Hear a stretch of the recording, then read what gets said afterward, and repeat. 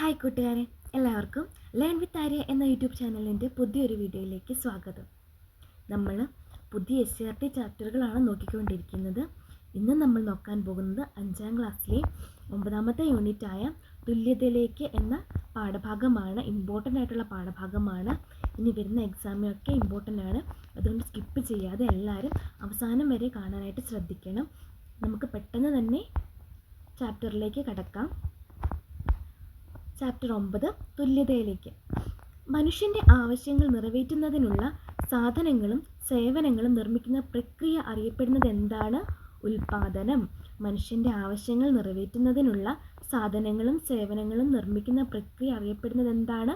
ഉൽപാദനം. ഉൽപാദനത്തിന് സഹായിക്കുന്ന ഘടകങ്ങൾ ഏതൊക്കെയാണ്? ഇമ്പോർട്ടൻ്റ് ആണ്. ഭൂമി, മൂലധനം, തൊഴിൽ, സംഘാടനം. ഇതാണ് ഉൽപാദനത്തിന് സഹായിക്കുന്ന ഘടകങ്ങൾ. ഏതൊക്കെയാണ്? ഭൂമി, മൂലധനം, തൊഴിൽ, സംഘാടനം. ഇമ്പോർട്ടൻ്റ് ആണ്, ഓർത്ത് വെക്കണം. നോക്കിക്കേ, വിവിധ തരം റേഷൻ കാർഡുകളെ കുറിച്ചാണ്. നോക്കി, അതിൻ്റെ നിറവും പ്രത്യേകതകളും നമുക്ക് നോക്കാം. മഞ്ഞ റേഷൻ കാർഡ് പ്രത്യേകത എന്താണ്? സാമൂഹികമായും സാമ്പത്തികമായും ഏറ്റവും പിന്നാക്കം നിൽക്കുന്നവരാണ് മഞ്ഞ റേഷൻ കാർഡ്. സാമൂഹികമായും സാമ്പത്തികമായും ഏറ്റവും പിന്നാക്കം നിൽക്കുന്നവരാണ് മഞ്ഞ റേഷൻ കാർഡിന് ഉടമകൾ. പിങ്ക് നോക്കിക്കേ, മുൻഗണനാ വിഭാഗം, ദാരിദ്ര്യരേഖയ്ക്ക് താഴെയുള്ളവർ. പിങ്ക് മുൻഗണനാ വിഭാഗമാണ്, ദാരിദ്ര്യരേഖയ്ക്ക് താഴെയുള്ളവരാണ്. അടുത്തത് നീല, സംസ്ഥാന സബ്സിഡി ലഭിക്കുന്നവർ ദാരിദ്ര്യരേഖയ്ക്ക് മുകളിലുള്ളവരാണ്. നീല, സംസ്ഥാന സബ്സിഡി ലഭിക്കുന്നവർ ദാരിദ്ര്യരേഖയ്ക്ക് മുകളിലുള്ളവരാണ്. വെള്ള നോക്കിക്കേ, സാമ്പത്തികമായി മുൻപന്തിയിൽ നിൽക്കുന്നവരാണ്. വെള്ള, സാമ്പത്തികമായി മുൻപന്തിയിൽ നിൽക്കുന്നവർ. അടുത്തത് ബോക്സാണ്. ഉൽപാദന ഘടകം, പ്രതിഫലം. ഇമ്പോർട്ടൻ്റ് ആണ്, നോക്കേണ്ടതാണ്. ഉൽപാദന ഘടകം, പ്രതിഫലം. ഭൂമിക്ക് പ്രതിഫലം എന്താണ്? പാട്ടമാണ്. ഭൂമിക്ക് പ്രതിഫലം പാട്ടം. തൊഴിലിനോ വേതനം, മൂലധനം പലിശ, സംഘാടനം ലാഭം. അപ്പം ഭൂമിക്ക് എന്താണ് പ്രതിഫലം? പാട്ടം. തൊഴിലിന് വേതനം, മൂലധനം പലിശ, സംഘാടനം ലാഭം. ഇമ്പോർട്ടൻ്റ് ആണ്, PYക്കായിട്ട് ചോദിച്ചിട്ടുള്ളതാണ്. അടുത്ത് നോക്കിയേ, മേൽമുണ്ട് സമരം. വസ്ത്രധാരണ അവകാശത്തിന് വേണ്ടി തെക്കൻ തിരുവിതാംകൂറിലെ സ്ത്രീകൾ 19ാം നൂറ്റാണ്ടിൻ്റെ ആദ്യം മുതൽ നടത്തി വന്ന സമരം ഏതാണ്? മേൽമുണ്ട് സമരം. വസ്ത്രധാരണ അവകാശത്തിന് വേണ്ടി തെക്കൻ തിരുവിതാംകൂറിലെ സ്ത്രീകൾ 19ാം നൂറ്റാണ്ടിൻ്റെ ആദ്യം മുതൽ നടത്തി വന്ന സമരം ഏതാണ്? മേൽമുണ്ട് സമരമാണ്. അതിൻ്റെ മറ്റൊരു പേരെന്താണ്? ചാന്നാർ ലഹള. എന്നാണ് നടന്നത്? 1822. ചാന്നാർ ലഹള 1822. ഇനി മേൽമുണ്ട് സമരം, മാറുമറയ്ക്കൽ സമരം എന്നീ പേരുകൾ അറിയപ്പെട്ടത് ഏതൊക്കെയാണ്? ചാന്നാർ ലഹളയാണ്. മേൽമുണ്ട് സമരം, മാറുമറയ്ക്കൽ സമരം എന്നീ പേരുകൾ അറിയപ്പെട്ടത് ചാന്നാർ ലഹള. ചാന്നാർ ലഹള നടന്ന വർഷം ഏതാണ്? തിരുവിതാംകൂറിൽ 1859 തിരുവിതാംകൂറിൽ ചാന്നാർ ലഹള നടന്ന വർഷം 1859. ചാന്നാർ ലഹള 1859. എവിടെയാണ്? തിരുവിതാംകൂർ. അടുത്തത്, എല്ലാ ജാതിയിൽപ്പെട്ട സ്ത്രീകൾക്കും മേൽവസ്ത്രം ധരിക്കാൻ അനുവാദം നൽകിയ ദിവസം ഏതാണ്? 1859 ജൂലൈ 26. 1859 ജൂലൈ 26 എല്ലാ ജാതിയിൽപ്പെട്ട സ്ത്രീകൾക്കും മേൽവസ്ത്രം ധരിക്കാൻ അനുവാദം നൽകിയത്. ആരാണ് കൊടുത്തത്? ഉത്രം തിരുനാൾ മാർത്താണ്ഡവർമ്മ. ആരാണ് കൊടുത്തത്? ഉത്രം തിരുനാൾ മാർത്താണ്ഡവർമ്മ. ആരുടെ നിർദ്ദേശപ്രകാരമാണ്? മദ്രാസ് ഗവർണർ ലോർഡ് ഹാരിസിൻ്റെ നിർദ്ദേശപ്രകാരമാണ് 1859 ജൂലൈ 26 ഉത്രം തിരുനാൾ മാർത്താണ്ഡവർമ്മ എല്ലാ ജാതിയിൽപ്പെട്ട സ്ത്രീകൾക്കും മേൽവസ്ത്രം ധരിക്കാൻ അനുവാദം നൽകുന്ന ദിവസം. അടുത്തത്, വേലൂർ മാറുമറയ്ക്കൽ സമരം നടന്നത് എന്നാണ്? 1952. വേലൂർ മാറുമറയ്ക്കൽ സമരം നടന്നത് 1952. നോക്കിക്ക്, നേതൃത്വം ആരൊക്കെയാണ്?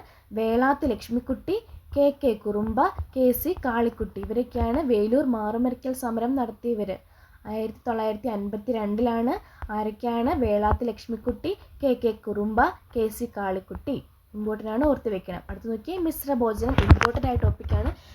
PSCയിൽ എപ്പോഴും ചോദിക്കുന്ന ഒരു ടോപ്പിക്കാണ് മിശ്രഭോജനം. ആരാണ്? സഹോദരൻ അയ്യപ്പനാണ്. സഹോദരൻ അയ്യപ്പനെയാണ് മിശ്രഭോജനം. എന്നാണ്? 1917 മെയ് 29. 1917 മെയ് 29 മിശ്രഭോജനം നടന്നത്. ആരാണ് സംഘടിപ്പിച്ചത്? സഹോദരൻ അയ്യപ്പൻ. അടുത്തത് അയ്യ വൈകുണ്ഠസ്വാമികൾ സ്ഥാപിച്ച സമത്വ സമാജത്തിന്റെ നേതൃത്വത്തിൽ നടന്ന പ്രക്ഷോഭം ഏതാണ്? സമപന്തി ഭോജനം. അയ്യ വൈകുണ്ഠസ്വാമികൾ സ്ഥാപിച്ച സമത്വ സമാജത്തിന്റെ നേതൃത്വത്തിൽ നടന്ന പ്രക്ഷോഭം ഏതാണ്? സമപന്തി ഭോജനം. സമത്വ സമാജം ആരുടേതാണ്? അയ്യ വൈകുണ്ഠസ്വാമികൾ. അതിന്റെ നേതൃത്വത്തിൽ നടന്ന പ്രക്ഷോഭം ഏതാണ്? സമപന്തി ഭോജനം. സമത്വ സമാജം ആരാണ്? വൈകുണ്ഠസ്വാമികളാണ്. എന്നാണ് 1836 സമത്വ സമാജം സ്ഥാപിച്ചത്. ആരാണ്? വൈകുണ്ഠസ്വാമികൾ. സമത്വ സമാജം വൈകുണ്ഠസ്വാമികൾ 1836. ഇമ്പോർട്ടൻ്റ് ആണ്, ഓർത്തു വെക്കണം. എറണാകുളം ജില്ലയിലെ ചെറായിൽ ആരംഭിച്ച സഹോദരൻ പത്രത്തിന് പത്രാധിപരാരായിരുന്നു? കെ അയ്യപ്പൻ. എറണാകുളം ജില്ലയിലെ ചെറായിൽ ആരംഭിച്ച സഹോദരൻ പത്രത്തിന്റെ പത്രാധിപരാരായിരുന്നു? കെ അയ്യപ്പൻ. സഹോദരൻ അയ്യപ്പൻ മിശ്രഭോജനത്തിന് തുടക്കം കുറിച്ച സ്ഥലം ഏതാണ്? ചെറായി. സഹോദരൻ അയ്യപ്പൻ മിശ്രഭോജനത്തിന് തുടക്കം കുറിച്ച സ്ഥലം ഏതാണ്? ചെറായി. ഇമ്പോർട്ടൻ്റ് ആണ്. ഇനി 90-ാം ആണ്ട് ലഹള അല്ലെങ്കിൽ ഊരൂട്ടമ്പലം ലഹള. 90-ാം ആണ്ട് ലഹള അല്ലെങ്കിൽ ഊരൂട്ടമ്പലം ലഹളയുമായി ബന്ധപ്പെട്ട സാമൂഹിക പരിഷ്കർത്താവ് ആരാണ്? അയ്യങ്കാളിയാണ്. 90-ാം ആണ്ട് ലഹള, ഊരൂട്ടമ്പലം ലഹളയൊക്കെ ബന്ധപ്പെട്ട സാമൂഹിക പരിഷ്കർത്താവ് ആരാണ്? അയ്യങ്കാളി. അത് പെരിനാട് ലഹള, കല്ലുമല സമരം എന്നൊക്കെ അറിയപ്പെടുന്നത് ആരാണ്? ഏത് സാമൂഹിക പരിഷ്കർത്താവാണ്? അയ്യങ്കാളിയാണ്. പെരിനാട് ലഹള, കല്ലുമല സമരം ആരുമായി ബന്ധപ്പെട്ടാണ്? അയ്യങ്കാളി. ദളിത് വിദ്യാർത്ഥികൾക്ക് ഹോസ്റ്റലുകൾ ആരംഭിച്ച സാമൂഹിക പരിഷ്കർത്താവ് ആരാണ്? അയ്യങ്കാളി. ദളിത് വിദ്യാർത്ഥികൾക്ക് ഹോസ്റ്റലുകൾ ആരംഭിച്ച സാമൂഹിക പരിഷ്കർത്താവ് ആരാണ്? അയ്യങ്കാളി. അയ്യങ്കാളിക്ക് സ്മാരകം എവിടെയാണ്? വെങ്ങാനൂർ. ഇമ്പോർട്ടൻ്റ് ആണ്. അയ്യങ്കാളി സ്മാരകം വെങ്ങാനൂർ. അയ്യങ്കാളി സാധുജന പരിപാലന സംഘം ആരംഭിച്ചതെന്നാണ്? 1907. ഇമ്പോർട്ടൻ്റ് ആണ്. PYക്കുമായിട്ട് ചോദിച്ചിട്ടുള്ള ചോദ്യമാണ്. അയ്യങ്കാളി സാധുജന പരിപാലന സംഘം ആരംഭിച്ചത് 1907. അടുത്ത ടോപ്പിക്ക് കേന്ദ്ര സംസ്ഥാന സർക്കാരുകൾ നടപ്പിലാക്കുന്ന വിവിധ പദ്ധതികളെക്കുറിച്ചുള്ള ടോപ്പിക്കുകളാണ്. ഇമ്പോർട്ടൻ്റ് ആണ്, ഓർത്ത് വെക്കണം, പരീക്ഷകൾ ചോദിക്കും. ഒന്നാമത്തേത് ക്ഷേമ പെൻഷനുകൾ.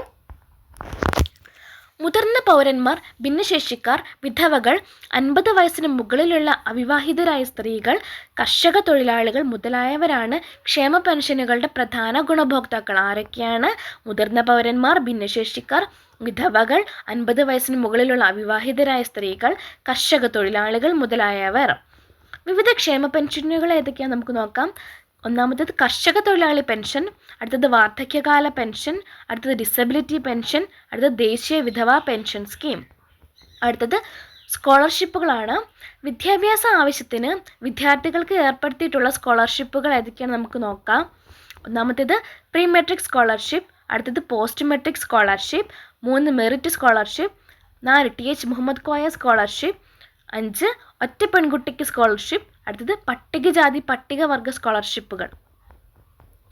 അടുത്തത് സാമൂഹിക സാമ്പത്തിക അസമത്വം പരിഹരിക്കുന്നതിന് സർക്കാർ ആവിഷ്കരിച്ച് നടപ്പിലാക്കുന്ന മറ്റു പദ്ധതികൾ ഏതൊക്കെയാണ്?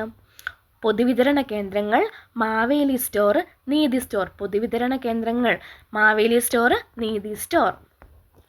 അവശ്യ സാധനങ്ങൾ വിലക്കുറവിൽ ലഭ്യമാക്കുന്ന സംവിധാനങ്ങളാണ് പൊതുവിതരണ കേന്ദ്രങ്ങൾ.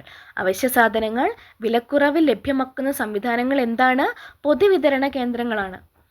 അടുത്തത് സർക്കാർ നൽകുന്ന സബ്സിഡിയുടെ വിലക്കുറവിൽ ജനങ്ങൾക്ക് സാധനങ്ങൾ ലഭ്യമാകുന്ന കേന്ദ്രങ്ങൾ ഏതൊക്കെയാണ്? മാവേലി സ്റ്റോറും നീതി സ്റ്റോറും. സർക്കാർ നൽകുന്ന സബ്സിഡിയുടെ വിലക്കുറവിൽ ജനങ്ങൾക്ക് സാധനങ്ങൾ ലഭ്യമാക്കുന്ന കേന്ദ്രങ്ങൾ ഏതൊക്കെയാണ്? മാവേലി സ്റ്റോറും നീതി സ്റ്റോറും. ഇമ്പോർട്ടൻ്റ് ആണ്, ഓർത്തു വെക്കണം. നോക്കി, എന്താണ് സബ്സിഡി? വ്യക്തികൾക്കോ സ്ഥാപനങ്ങൾക്കോ മാനദണ്ഡങ്ങൾക്കനുസരിച്ച് സർക്കാർ നൽകുന്ന സാമ്പത്തിക ആനുകൂല്യമോ പിന്തുണയോ ആണ് സബ്സിഡി എന്ന് പറയുന്നത്. എന്താണ്? വ്യക്തികൾക്കോ സ്ഥാപനങ്ങൾക്കോ മാനദണ്ഡങ്ങൾക്കനുസരിച്ച് സർക്കാർ നൽകുന്ന സാമ്പത്തിക ആനുകൂല്യമോ പിന്തുണയോ ആണ് എന്തെന്ന് പറയുന്നത്? സബ്സിഡി എന്ന് പറയുന്നത്. നേരിട്ടോ അല്ലാതെയോ സബ്സിഡി നൽകാം. നേരിട്ടോ അല്ലാതെയോ സബ്സിഡി നൽകാം. പണമായി നൽകുന്ന പിന്തുണ നേരിട്ടുള്ള സബ്സിഡിയെ സൂചിപ്പിക്കുന്നു. നേരിട്ടുള്ള സബ്സിഡിയെ സൂചിപ്പിക്കുന്നത് എന്താണ്? പണമായി നൽകുന്ന പിന്തുണ നേരിട്ടുള്ള സബ്സിഡിയെ സൂചിപ്പിക്കുന്നത്. അടുത്തത് നികുതി നിരക്ക് കുറയ്ക്കുക, വായ്പകൾക്ക് കുറഞ്ഞ പലിശ ഈടാക്കുക എന്നിവ പരോക്ഷ സബ്സിഡിയിൽ ഉൾപ്പെടുന്നു. നികുതി നിരക്ക് കുറയ്ക്കുക, വായ്പകൾ കുറഞ്ഞ പലിശ ഈടാക്കുക എന്നിവ പരോക്ഷ സബ്സിഡിയിൽ ഉൾപ്പെടുന്നു. ഇമ്പോർട്ടൻ്റ് ആണ്, ഓർത്ത് വെക്കണം. അടുത്ത കുറച്ച് പദ്ധതികളാണ്. ഒന്നാമത്തേത് ലൈഫ് മിഷൻ. അതിൻ്റെ പൂർണ്ണരൂപം എന്താണ്? Livelihood inclusion and financial empowerment. Livelihood inclusion and financial empowerment ആണ് എന്ന് ലൈഫ്. അതെന്താണ്? എല്ലാ ഭൂരഹിതർക്കും, ഭൂരഹിത ഭവനരഹിതർക്കും, ഭവനം പൂർത്തിയാക്കാത്തവർക്കും, നിലവിലുള്ള പാർപ്പിടം വാസയോഗ്യമല്ലാത്തവർക്കും സുരക്ഷിതവും മാന്യവുമായ പാർപ്പിട സംവിധാനം ഒരുക്കി നൽകുക എന്നതാണ് സമ്പൂർണ്ണ പാർപ്പിട പദ്ധതിയായ ലൈഫിൻ്റെ ലക്ഷ്യം. എന്താണ്? ഇത് സമ്പൂർണ്ണ പാർപ്പിട പദ്ധതിയാണ് എന്ത്? ലൈഫ് എന്ന് പറയുന്നത്. കേന്ദ്ര കേരള സർക്കാരുകൾ ആവിഷ്കരിച്ച് നടപ്പിലാക്കുന്ന പദ്ധതിയാണിത്. കേന്ദ്ര കേരള സർക്കാരുകൾ ആവിഷ്കരിച്ച് നടപ്പിലാക്കുന്ന പദ്ധതിയാണ് എന്ത്? ലൈഫ് എന്ന് പറയുന്നത്. അടുത്തത് തീരമൈത്രി. മത്സ്യത്തൊഴിലാളി വനിതകളുടെ സാമ്പത്തികവും സാമൂഹികവുമായി പുരോഗതി ലക്ഷ്യമിട്ട് നടപ്പിലാക്കിയ സർക്കാർ പദ്ധതിയാണ് എന്ത്? തീരമൈത്രി. മത്സ്യത്തൊഴിലാളി വനിതകളുടെ സാമ്പത്തികവും സാമൂഹികവുമായ പുരോഗതി ലക്ഷ്യമിട്ട് നടപ്പിലാക്കിയ പദ്ധതി എന്താണ്? തീരമൈത്രി. തീരമൈത്രി പദ്ധതിയിലൂടെ ചെറുകിട തൊഴിൽ സംരംഭങ്ങളുടെ വികസന പദ്ധതി കേരള സർക്കാർ നടപ്പിലാക്കി വരുന്നു. തീരമൈത്രി പദ്ധതിയിലൂടെ ചെറുകിട തൊഴിൽ സംരംഭങ്ങളുടെ വികസന പദ്ധതി കേരള സർക്കാർ നടപ്പിലാക്കി വരുന്നത്. അടുത്തൊരു പദ്ധതിയാണ് കൈവല്യ. കൈവല്യ ഇമ്പോർട്ടൻ്റ് ആണ്. ഭിന്നശേഷിയുള്ള ഉദ്യോഗാർത്ഥികൾക്കായി കേരള സർക്കാർ നടപ്പിലാക്കുന്ന പുനരധിവാസ പദ്ധതിയാണ് എന്ത്? കൈവല്യ. ഭിന്നശേഷിയുള്ള ഉദ്യോഗാർത്ഥികൾക്കായി കേരള സർക്കാർ നടപ്പിലാക്കുന്ന പുനരധിവാസ പദ്ധതി ഏതാണ്? കൈവല്യ. ഇമ്പോർട്ടൻ്റ് ആണ്, ചോദിച്ചിട്ടുള്ളതാണ്. അടുത്തത് ഇമ്പോർട്ടൻ്റ് ആണ് വിദ്യാവാഹിനി. ഗോത്ര സമൂഹത്തിലെ വിദ്യാർത്ഥികൾക്ക് സ്കൂളിൽ പോയി വരാൻ വാഹന സൗകര്യം ഒരുക്കുന്ന പദ്ധതി ഏതാണ്? വിദ്യാവാഹിനി. ഇമ്പോർട്ടൻ്റ് ആണ്, PYQ ആണ്. ഗോത്ര സമൂഹത്തിലെ വിദ്യാർത്ഥികൾക്ക് സ്കൂളിൽ പോയി വരാൻ വാഹന സൗകര്യം ഒരുക്കുന്ന പദ്ധതി ഏതാണ്? വിദ്യാവാഹിനി. അടുത്തത് വിദ്യാതീരം. സാമ്പത്തികമായി പിന്നാക്കം നിൽക്കുന്ന മത്സ്യത്തൊഴിലാളികളുടെ മക്കൾക്ക് ഉന്നത വിദ്യാഭ്യാസം ലഭ്യമാക്കാൻ സംസ്ഥാന ഫിഷറീസ് വകുപ്പ് ആരംഭിച്ച പദ്ധതി ഏതാണ്? വിദ്യാതീരം. സാമ്പത്തികമായി പിന്നാക്കം നിൽക്കുന്ന മത്സ്യത്തൊഴിലാളികളുടെ മക്കൾക്ക് ഉന്നത വിദ്യാഭ്യാസം ലഭ്യമാക്കാൻ സംസ്ഥാന ഫിഷറീസ് വകുപ്പ് ആരംഭിച്ച പദ്ധതി ഏതാണ്? വിദ്യാതീരം. അടുത്തത് ജനനി ജന്മരക്ഷ. ഗോത്രവിഭാഗത്തിൽപ്പെട്ട ഗർഭിണികൾക്കും അമ്മമാർക്കും പോഷകാഹാരം ലഭിക്കുന്നതിന് കേരള സർക്കാർ നടപ്പിലാക്കുന്ന പദ്ധതി ഏതാണ്? ജനനി ജന്മരക്ഷ. ഗോത്രവിഭാഗത്തിൽപ്പെട്ട ഗർഭിണികൾക്കും അമ്മമാർക്കും പോഷകാഹാരം ലഭിക്കുന്നതിന് കേരള സർക്കാർ നടപ്പിലാക്കുന്ന പദ്ധതി ഏതാണ്? ജനനി ജന്മരക്ഷ. അടുത്തത് പ്രതിഭാതീരം. തീരദേശ മേഖലയിലെ കുട്ടികളുടെ വിദ്യാഭ്യാസ പുരോഗതിക്കായി കേരള സർക്കാർ നടപ്പിലാക്കുന്ന പദ്ധതി ഏതാണ്? പ്രതിഭാതീരം. തീരദേശ മേഖലയിലെ കുട്ടികളുടെ വിദ്യാഭ്യാസ പുരോഗതിക്കായി കേരള സർക്കാർ നടപ്പിലാക്കുന്ന പദ്ധതി ഏതാണ്? പ്രതിഭാതീരം. അടുത്തത് ഗോത്രബന്ധു. ഗോത്രബന്ധു എന്താണ്?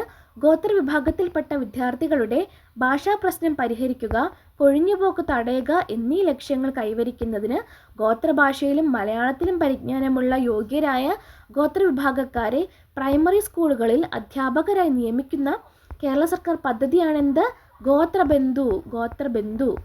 ഗോത്രവിഭാഗത്തിൽപ്പെട്ട വിദ്യാർത്ഥികളുടെ ഭാഷാപ്രശ്നം പരിഹരിക്കുക, കൊഴിഞ്ഞുപോക്ക് തടയുക എന്നീ ലക്ഷ്യങ്ങൾ കൈവരിക്കുന്നതിന് ഗോത്രഭാഷയിലും മലയാളത്തിലും പരിജ്ഞാനമുള്ള യോഗ്യരായ ഗോത്രവിഭാഗക്കാരെ പ്രൈമറി സ്കൂളുകളിൽ അധ്യാപകരായി നിയമിക്കുന്ന കേരള സർക്കാർ പദ്ധതിയാണ് ഗോത്രബന്ധു. ഇമ്പോർട്ടൻ്റ് ആണ്. അടുത്തത് ബാലികാ സമൃദ്ധി യോജന. പാവപ്പെട്ട പെൺകുട്ടികൾക്കും അവരുടെ കുടുംബങ്ങൾക്കും സാമ്പത്തിക സഹായം നൽകുന്ന ഒരു സ്കോളർഷിപ്പ് പരിപാടിയാണ് ബാലികാ സമൃദ്ധി യോജന.